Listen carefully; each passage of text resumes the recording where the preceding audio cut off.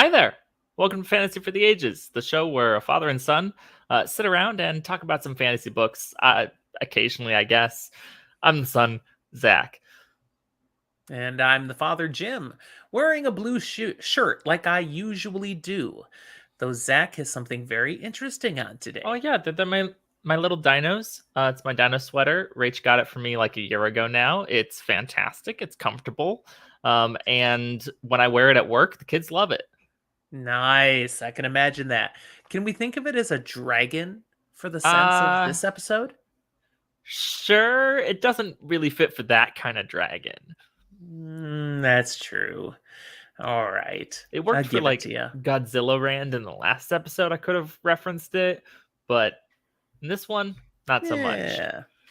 Well, we want to thank everybody for joining us here for our podcast episode today. YouTube, podcast, whatever you want to call it.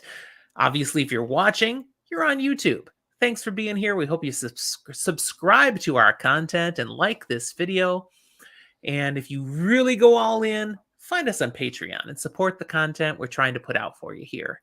We do pour, and by we, I mean mostly me, put a lot of money into the various software and stuff involved. Zach is still working towards getting a job where he makes lots of money, and then he will pay all of it for us. That's But in the probably true. meantime, it's still coming from me. We love doing this, but anybody who chooses to support us on Patreon is super, super appreciated. And then we throw some benefits your way. Like we've got a few people with us in our live recording here who you'll probably hear some of the things that they drop because it makes us laugh and we must include it. That's how it Definitely. works. Yes. Also, of course, share the love for our content by, as I said, liking it on YouTube. If you're listening on the audio feed, give us a star rating in Apple Podcasts, like us on Spotify, all the places that you listen. We appreciate your support in helping spread the word that we're doing some fun stuff here in Fantasy for the Ages. Now that that's out of the Zachary, way, how are you doing, yes, Dad? I'm doing fine. It's a weekend. Who doesn't like a weekend? The person who works right through it. Okay, but that's Yeah, not me. I did have to work on Saturday, but it's Sunday today. So I'm relaxing and enjoying some time doing some podcast, YouTube recording with you. How are you doing, son? I'm doing well. Um, I'm just gonna kind of roll right into what I'm drinking here because last episode we did record before this. My nice dino sweater is gonna be in both episodes here. And I wasn't drinking anything because we started a little earlier, but I have started now, stepping up. I'm moving over to this cute little sipping cream. It's strawberry. I'll let's see if I can make the Yeah, light we can like read me. nothing. It's Hold on. nope, Nope, that's not still helping. doesn't like me. It's got a bunny on it. A But they have a bunny, whole the bunch of bunny, flavors, the and some of them bunny. Ooh, are we really like tasty, the and some of them are bunny. kind of tasty. But this is the strawberry one. It's pretty tasty. All right. And I have my good old favorite Long Island iced tea. Going all the way back to my 20s, this has been my go to drink. We used to, Zach and I, by the way, we are Taekwondo black belts. We Correct. used to go and train regularly, and Fridays was sparring night. And It we'd was fun. go spar with different people based on who you were and what ability level you were. You had different people to spar with. And when we'd get done, we'd go out to dinner, and they had great Long Islands where we'd go. So I had one and Zach did not at that I in was those not of days, legal age. but that was a good time and good Long Islands. And sparring was usually a good time. There was the one time I think I broke my toe. That wasn't a lot of fun. Kind of skipped the Long Island, just went home and almost passed out from pain. And then there was the time that your mother caused me to pull a groin muscle. But yeah, there's good Okay, you can't times. really blame it on her if you're not flexible enough to put your leg as high as you tried to. I did put it as high as I tried to. I did a nice side kick, right crescent kick, inner crescent kick, technical term, right up to her head. But she's my wife, so I'm not actually going to clock her in the head. I just kind of a little love tap and got the points for it. But then she jerked away. Now my ankle is right at her shoulder, so when she jerked away, that pulled my groin. Like I said, you weren't flexible enough to get up there like you wanted. You got up there. Getting out of there was a little harder. Hey, I won the match. She taught me a lesson. Oh, the things we experience. All right. Well, why are we gathered here now for this episode? This is a midweek special. It is? It is. It's another one of our to read or not to reads. These are fun. What are we talking about today? Well, we're talking about another series that's well known, well loved, well appreciated for so many reasons. But will we tell people to read it or not? That is to be determined. And it is J.R.R. Tolkien's probably ultimate work, The Lord of the Rings. Now, a couple of things to keep in mind. We are still going to try to be spoiler light. That being said, this is well known enough that I feel like a lot of things here and there are really hard to not just like, it's already been spoiled. Come on. Where you been? What rock are you living under? To not know about The Lord of the Rings, you can't just have been living under a rock. It had to be specifically shielded with special metallic radioactive proof. You were under a tinfoil rock. I was like, holy cow, how do you not know about this?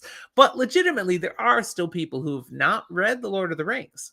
Yes. But they've watched the movie. I mean, they've seen the stuff. There are people who have read it, not watched the movies, but even then they know it's a thing. Oh, yeah. You may not know details, but you know it's a thing. So let me start out like I usually do in these episodes and just give some of the facts about The Lord of the Rings, some detail about how it came to be. It's considered by most fantasy readers as the opus of J.R.R. Tolkien. It has shaped much of fantasy fiction that we see today. But its origin flows from the success of this small little book called The Hobbit, published back in 1937. That's kind of mind-blowing for many people that The Hobbit was all the way back in 37. The Hobbit, surprisingly to many, was a smash success. And so the publishers were like, we need more of this. J.R.R., what else you got? He's like, all right, I'll write a sequel. I mean, he had ideas. You know, The Hobbit wasn't created in a vacuum. He had thoughts. So he starts working on a sequel to The Hobbit. But then his mind starts going on and on and on. And he's fleshing out this entire world that he'd created for The Hobbit. But it really hadn't completely developed. And wow, it developed as he kept writing and writing. Now, there was an extra challenge to him creating The Lord of the Rings, and that is he wasn't a writer. He had a full-time job as a university professor, so he couldn't just commit himself day after day, hour after hour writing. And yet, he's a very busy man, and he's still writing something extremely detailed and complex. And so it's little bits and pieces that he can get to over time. And it basically took him 10 years to write The Lord of the Rings. So 1947, he's got what he thinks is The Lord of the Rings. Okay. Which was not just what you now know of as The Lord of the Rings. It also included what you now know of as the Silmarillion. Okay. Because his idea, he's creating something that will be a 2-volume set. The Lord of the Rings, the Silmarillion. That's his thought. That's his plan. Lord of the Rings is this epic story of what happens in the Third Age to conquer the Lord of the Rings, Sauron. The Silmarillion being the entire backstory. How we get to the point of needing to have the Lord of the Rings. So he's got this whole thing worked out, and it's beautiful, and it's epic. And then he goes to the publishers. Here's what I've got. And they're like, yeah, no. We wanted a sequel to The Hobbit. What the heck is this? It's too much, for one thing. And, okay, this Lord of the Rings thing, that's kind of cool. That might work. But this is Silmarillion thing? No, we don't need this at all. What the heck? We didn't tell you to write this. So there's about 5 years of hemming and hawing and arguing and editing back and forth until finally 1952, he's at the point where he's desperate. Tolkien is starting to think, this is never going to get published. My idea, my vision, they just don't get it. And they're not going to do anything. So he starts to cave. And he starts to backpedal a little. Fine. Okay, we'll pare it down. We'll drop this Silmarillion thing. I'll get the Lord of the Rings into... Wait a second. You don't just want one book. You want 3 books? Really? You want to break it apart? What are you doing? Okay, so they're still arguing, but fine. We get it shaped into 3 sections, which is what we know, of course, now today. So the Fellowship of the Ring being the first part, then the 2 Towers, and then finally the Return of the King. So Fellowship of the Ring drops in July of 1954. The 2 Towers comes out in November of the same year. Then there's almost a year before the final book, The Return of the King. That's October of 1955. And the reason is, and this is kind of fun, the Fellowship of the Ring and the 2 Towers sold very well. Mm-hmm. Now he's got a little more power. He's like, remember that Silmarillion thing you didn't want? I think people do. But, okay, you're not going to publish my whole Silmarillion. Fine. So he writes the appendices, which were attached to the original edition of The Return of the King. And it's a lot of the core stories from the Silmarillion in just little appendix pieces that are added on. But it took him time to convert them from the book he had of short stories from the Silmarillion into appendix versions. So that was the delay. He finally put it out there. Now, if you buy The Return of the King these days, it doesn't usually have the appendices anymore. Because because you can now buy the Silmarillion. Right, 1977. It was finally published. Now, this is posthumously. Tolkien had passed away. His son Christopher edited it into a format now that could share all these stories his dad wanted from the original first age and the second age that fill in so much of the story of the Lord of the Rings. Just amazing. And side note, he had help. And one of our Discordians, Jordo, is in here, is a big fan of the person who helped Christopher Tolkien edit it, Guy Gavriel Kay, Canadian fantasy author. Doesn't get much credit for Silmarillion, but he's there. I can honestly say I've read the Silmarillion. I haven't gone super in depth for it. I actually buckled down and actually finished it for a college class at one point. Good class.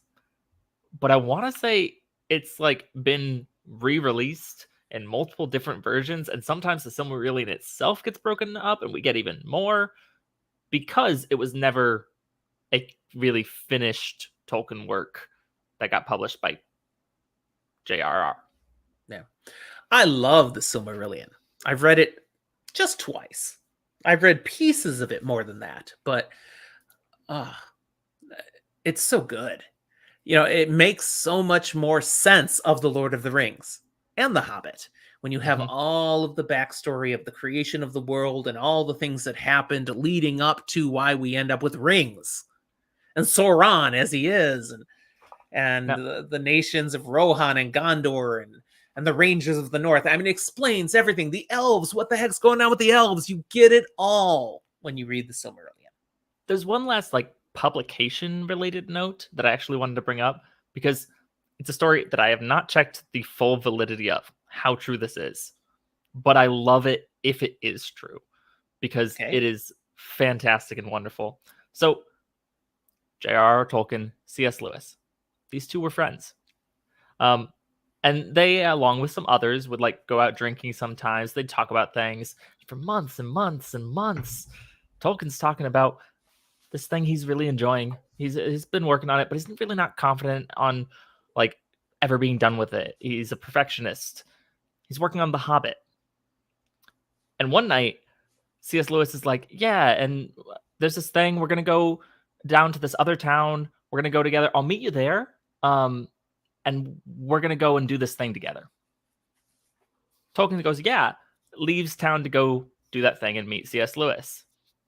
C.S. Lewis does not go do that thing. He breaks into Tolkien's house, takes the current manuscript of The Hobbit and takes it to a publisher and says, he's been working on this for a long time. This needs to happen.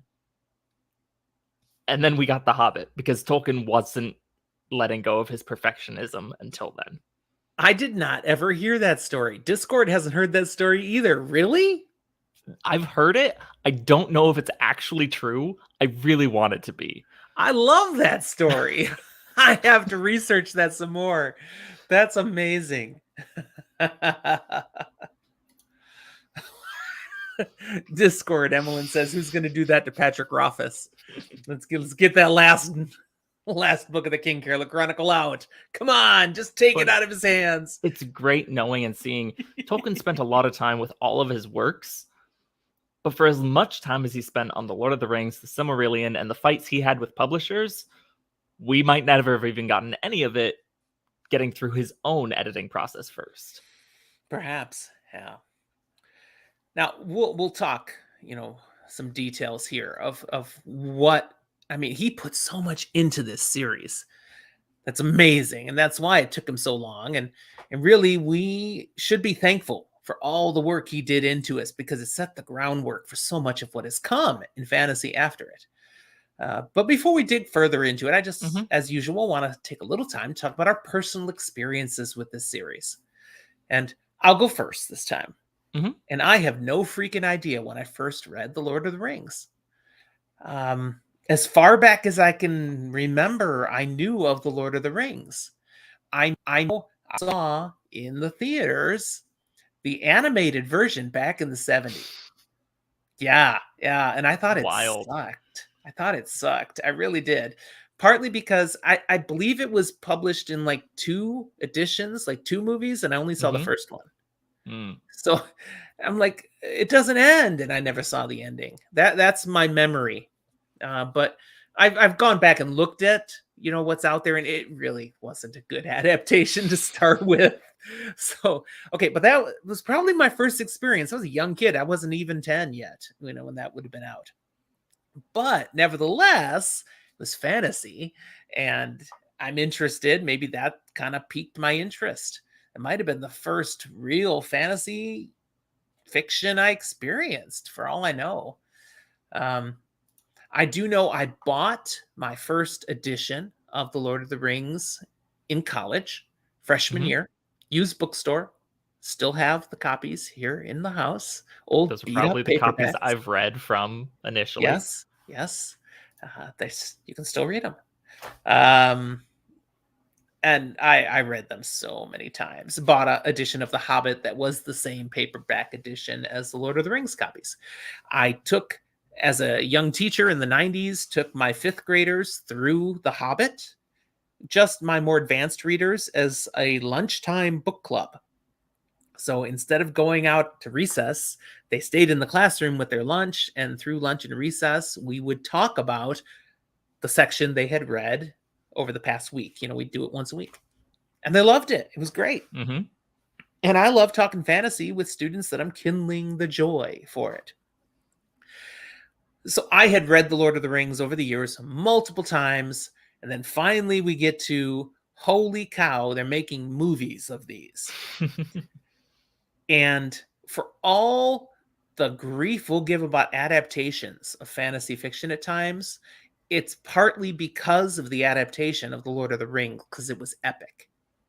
The Lord of the Rings did not screw it up. Yes, it left some things out. Yes, it tweaked some things, but nothing massively to change the spirit of that tale.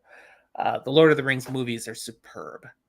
And there you go. That's enough talking about me and Lord of the Rings. What about you? Well, interestingly enough, where you leave off is where my journey begins, because I'm alive at that point, finally. And you've got something that you love, think is awesome, and you share it with your kids. I'm not at an age where I'm going to be reading either of those books yet, and I'm seeing those movies. I cannot tell you when I first saw the first one. I assume it was pretty dang early, considering I'm pretty sure we as a family went and saw Return of the King in theaters. Sure, yes. I'm not Yes. positive that we saw Two Towers in theaters all together, but I know we saw Return of the King. Well, what years did those come out? 2002, 3, and 4, I think. It might be Okay, 1, 2, and 3. there's a good chance we took you along, even though you were a little tyke. There's a good chance. Um, I know I did see Return of the King in theaters with you, and we've seen them all. Growing up, we watched them regularly. I fell in love with the world and the lore through those, and it's to the extent where we watched the extended editions. I don't know the difference between the extended editions and the theatrical releases because I don't remember what's missing. The extended edition is the only valid version. There are bits and pieces here where I later heard, wait, that wasn't in the theatrical release? That completely invalidates that character's motivations. Exactly. And there's not a Faramir lot is an of example. things that I So is remember that about, Boromir. but Faramir, that's the biggest one that I always kind of stuck with. Skip ahead a little bit, and I'm reading more. I first read The Hobbit. It was one of the first big fantasy books that I actually read, and it was out of spite. We have a very pretty edition in the house, your house. I'm not in that house anymore, but it is something that I have specifically said in many, many, many years, when you eventually die, because that will happen before I do. You're 30 years older than me. I sure hope you die first. Like, there's no other way to put that. If possible, I would like that part bequeathed to me in the will. I think it's a beautiful book and I want it. I will fight anyone and everyone for it. But my sister tried. She tried. She'd picked it up, started reading it, went a few chapters in. Was like, it's not really for her. And I heard Mom had tried as well, but hadn't gotten through it. And I was like, I'm in second, third grade. I want to read it. And maybe I would have gotten through it. Maybe I wouldn't have. But when my sister comes up to me and goes, hey, you're not getting through that because I got through like 4 chapters. You can be damn sure I finished that book. Accepted. I remember taking that book to church on Sundays and I read it like after service while everyone else is being social and stuff. And I'm like, nope, I'm reading The Hobbit because I'm going to finish this book. And from that moment for the next like decade, it was my favorite book, period. Eventually I did go read The Lord of the Rings, and those took me a little bit to get through because they are dense. It's not a style of writing that I really loved as much. It's not written the same way as The Hobbit. Mm-hmm. I went back and eventually did reread The Lord of the Rings, and at that point finished the Silmarillion in college, as I said at the beginning here, for a class that was going and analyzing the themes a little bit further. And so I appreciate the work, but I didn't get the same love from reading The Lord of the Rings as I did The Hobbit, which was my childlike wonder introduction to fantasy. Well, I'm glad you mentioned all that the way you did then. You know, their critical acclaim, really. The Hobbit was a great success. The Lord of the Rings actually went next level. Much, much bigger in the end of people who love The Lord of the Rings. Then you got to the Silmarillion eventually. It never captured the love of either The Hobbit or The Lord of the Rings. Because it's backstory. And it wanders here and there. It's not one cohesive story. You know, it's a whole bunch of little vignettes that do all kind of tie together into a master over story, but it's not the same.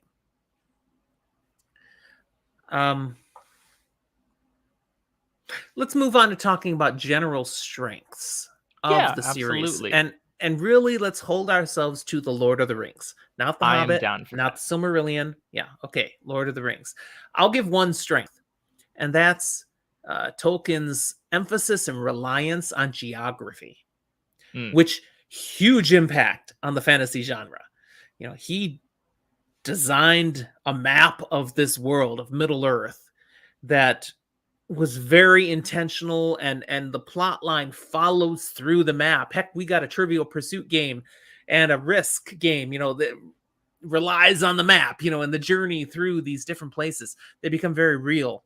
The map. Nobody had done that before. Yeah, the map that's right friggin' on the wall behind you. Yes. Thank you. If you're with us on YouTube, look at the map. Heck, I'll take the moment and highlight you so we can see more of the map. Let's see. Solo layout. Boom. There it is. Since I was a child, I've had this massive map on my walls. Glorious screen. Yes. What a map. And then I will jump back. So the map as an underpinning of the plot and the experience the characters have, that wasn't common. That was not something people did. And he took the time to really create this world physically. And it did add a lot of strength to the writing, to the series, to the experience, this whole plot. So I think that's one of the strengths of the series, that it's based on a real physical place that he brings to life for us and gives us a map. And piggybacking on that, I'm going to go a step further to say that one of these biggest strengths is just the world building in general. The idea of world building, of having depth of lore and this fantastical world, is something that Tolkien really paved the way for and gave us fantasy. And the way that he did it is some of the best that's ever been done. That isn't to say that necessarily it's the best fantasy fiction out there, or that it is the best telling of the world building and lore out there, but rather that if you actually get into the lore, if you look at what Tolkien made, it is intricate and detailed and a world that you can lose yourself in. People compare others' writings against Tolkien's world building. That's the bar. He created the bar. Yeah, that's fair. Another strength of the series I'll throw in here is I think he's got some really good prose, the way he has written the elements. Now, some people find it's too outdated these days and they get a little lost in it, but he's very intentional with his use of language. I mean, the English language was beautiful to him, and he tried to bring that beauty into his writing. Now, he goes a little further in his use of poetry and song, which I'll toss in preference. That's a weakness, but that's the next thing we go into. Okay. But it's not really a weakness. That's just a preference. You need to spend time in the poetry, in the songs that he intentionally put in there, because they add things that the prose does not include. They matter. There's elements that you need to know about to truly appreciate this story that you get no other way. And he doesn't just throw these songs and elvish poems and stuff in willy-nilly. I mean, they're in intentional places that have to do with the rise and flow of the plot of the story. So it adds an elegance to it that many would say is a strength if you can stomach them. Any other strengths you want to point out? The last big strength that I want to say is that while many of his characters are heavy in the archetype category, a lot of them do retain a sense of reality. Not that they are realistic. A lot of them are very much like, this is your hero and this is your this and that. But my go-to of this man made fantastic characters is Gollum.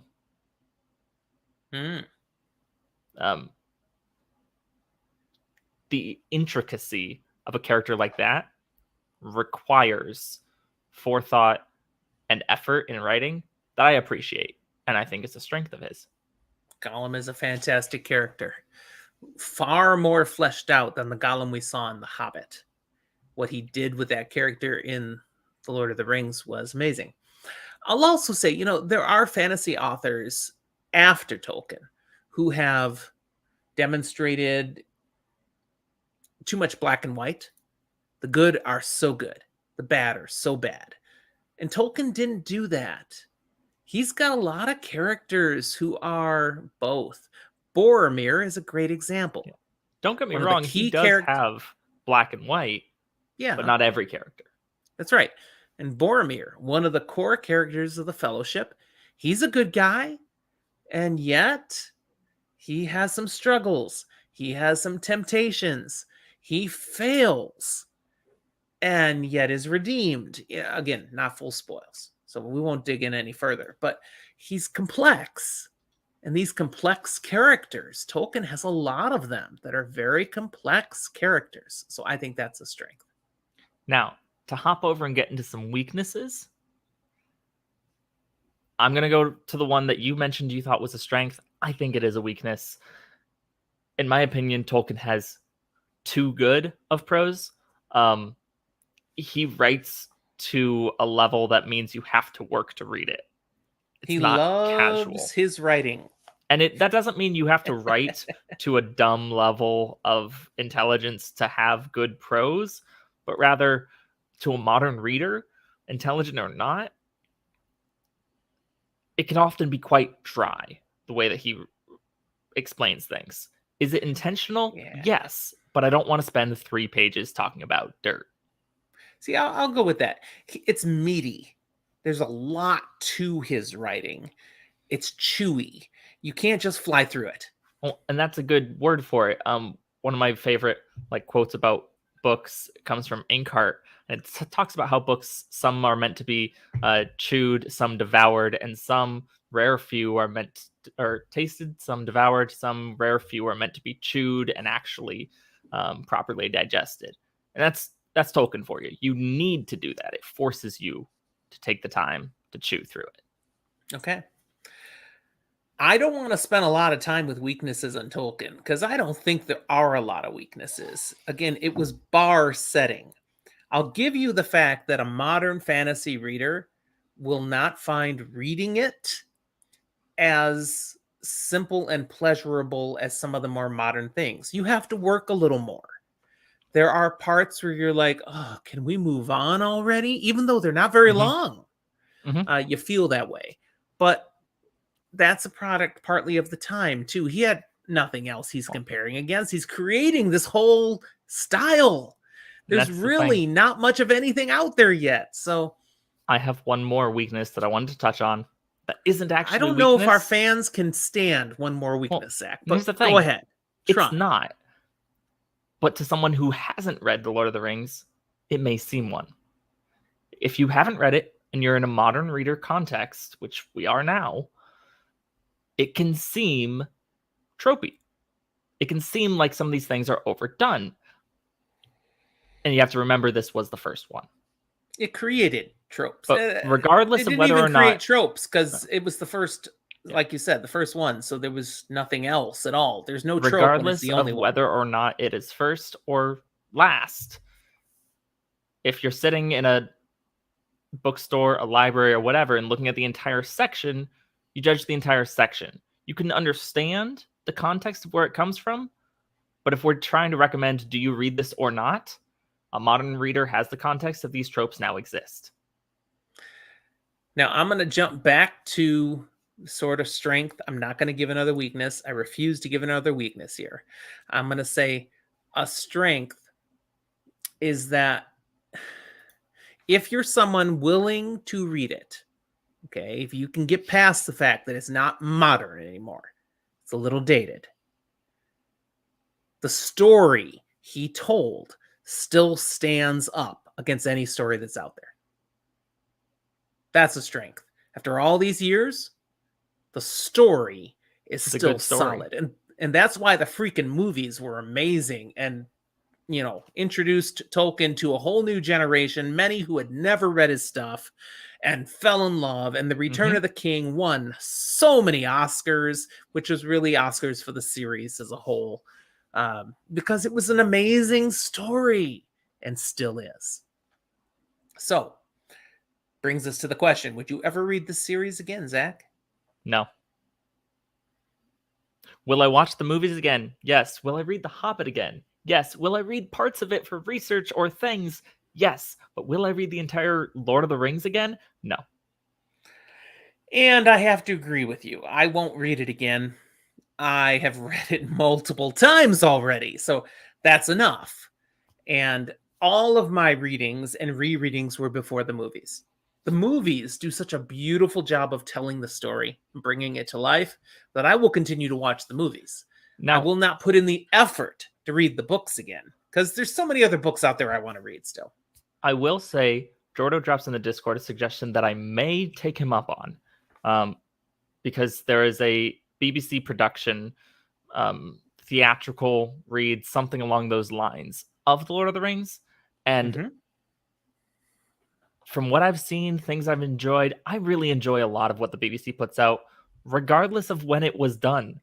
From the 60s to today, I like a lot of what the BBC does. So You I'm Whovian. kind of, but I probably would actually be willing to give that a go. It's not the same as reading it again, but it is still doing more in that vein. Okay. Rating scale time, 1 to Okay. 100.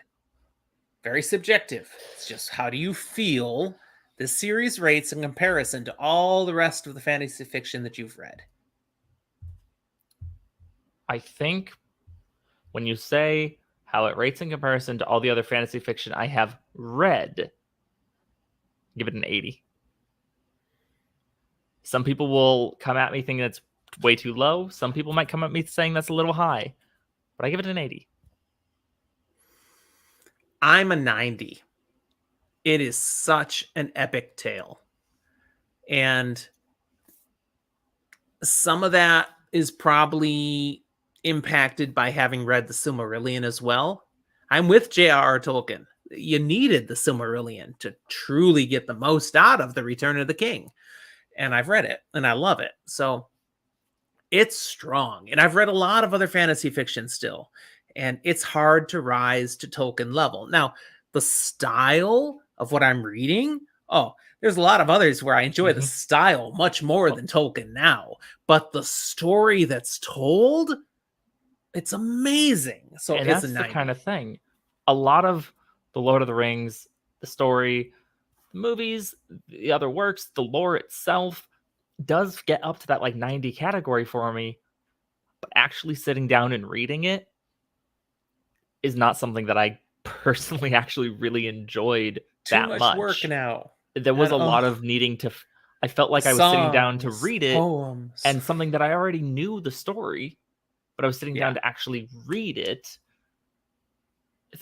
fighting through something that I was like, I'm going to enjoy this, but I have to keep telling myself I'm enjoying this. I'm Made it a little going on hard an for me. adventure, but If I'm I'd bored never already. if I had never known what it already was going to be, maybe I would have enjoyed the process of reading to discover it more, but that wasn't my case, so it dropped the score a little. Okay. Final question. What sort of person do we think may enjoy this series? Oh, Reading the it's hard to answer. series, a fantasy nerd. Like if I think you're someone who would really enjoy reading the series, chances are you already have. That's great. It's hard to picture someone I'd recommend it to who hasn't already read it. Because if you're the kind of person who would enjoy it, you've probably already read it. And if Yeah. you haven't already Yeah. read it and you might You enjoy probably it, don't care. I need to put you in on something else first. If you haven't read it but you might enjoy it, it's probably because you haven't read a lot of fantasy, and I need to get you started on gateway fantasy first But because Tolkien is if not what all you you start with. are is a Brandon Sanderson honk, and now you're going to try Tolkien, I don't know. I don't know if you can get there. Sanderson is so cinematic, and Tolkien was not. A lot of it is slow to develop, and all this prose that's so elegantly written, and They created great cinema from it, but that's because they did great work adapting it. The books themselves. I'll tell you this though. If you are someone who say listens to our podcast, has read The Wheel of Time multiple times, but you've never gotten around to giving The Lord of the Rings a try, you probably actually would enjoy it. That kind of well-built epic fantasy is something you will find. But if you haven't read The Hobbit, don't read The Lord of the Rings. You got to read The Hobbit first. That's an absolute. That's the interesting thing. We're here today to talk about to read or not to read The Lord of the Rings. But my answer on The Hobbit is going to be completely different.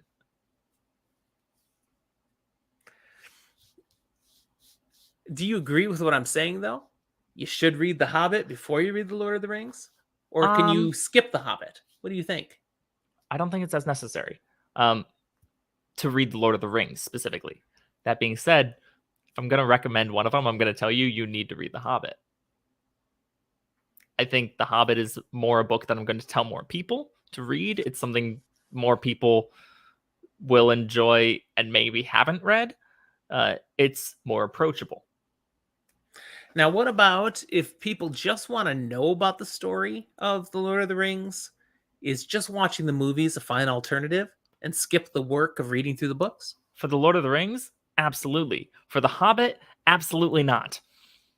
For The Hobbit, don't watch the movies. For The Lord of the Rings, you can watch the movies. You could watch the Lord of the Rings movies and read The Hobbit, the book, not get too deep into the lore in the Silmarillion. And are you missing out on things? Yes.